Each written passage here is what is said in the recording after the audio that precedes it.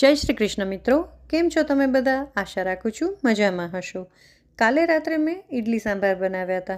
ઇડલી સાંભાર ને ચટણી જે જનરલી આપણે બનાવતા હોય, આવી 4-5 ઇડલી વધી, બધાને લગભગ વધતી હશે. પણ એના એ સ્વરૂપે છે ને તમને પાછું ખાવું ન ગમે, તો આપણે એનું સ્વરૂપ બદલી નાખીએ. મને એમ થયું કે ચાલો એને હું આજે વઘારી નાખું. વધેલી ઇડલીમાંથી તમે શું કરો છો ને એ કમેન્ટ કરીને જરૂર જણાવશો. ઇડલીના કટકા કરી લીધા. એક કડાઈમાં થોડું તેલ લઈ લીધું છે.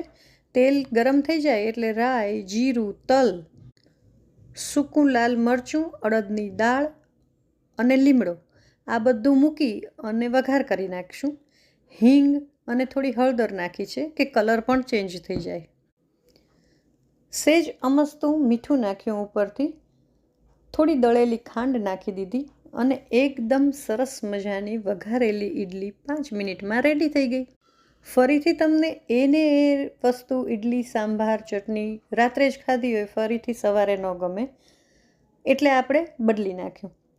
વઘાર થઈ જાય 2 જ મિનિટમાં આપણી વસ્તુ રેડી થઈ જાય.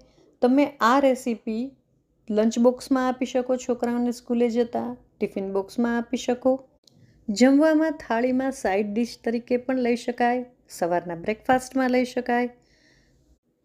આ રીતે ઇડલી વઘારીને તમે લોકો કરો છો કે નહીં? કમેન્ટ કરીને જરૂર જણાવશો.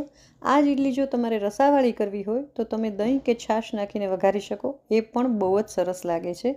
ક્યારેક એ પ્રમાણે પણ ટ્રાય કરશું. ઉપરથી થોડી કોથમીર ભભરાવી દેશું. તો આજ સવારનો લંચ બોક્સ મારો તો રેડી, એટલે કે બ્રેકફાસ્ટ મારો રેડી થઈ ગયો. વધેલી ઇડલીમાંથી ભૂલતા નહીં કે તમે શું કરો છો એ કમેન્ટ કરવાનું. આજનો વિડીયો કેવો લાગ્યો કમેન્ટ કરીને જરૂર જણાવશો. રેસીપી સારી લાગી હોય તો વિડીયોને લાઈક જરૂર કરશો. હજી સુધી મારી ચેનલને સબસ્ક્રાઈબ ના કરી હોય તો પ્લીઝ કરી લેજો.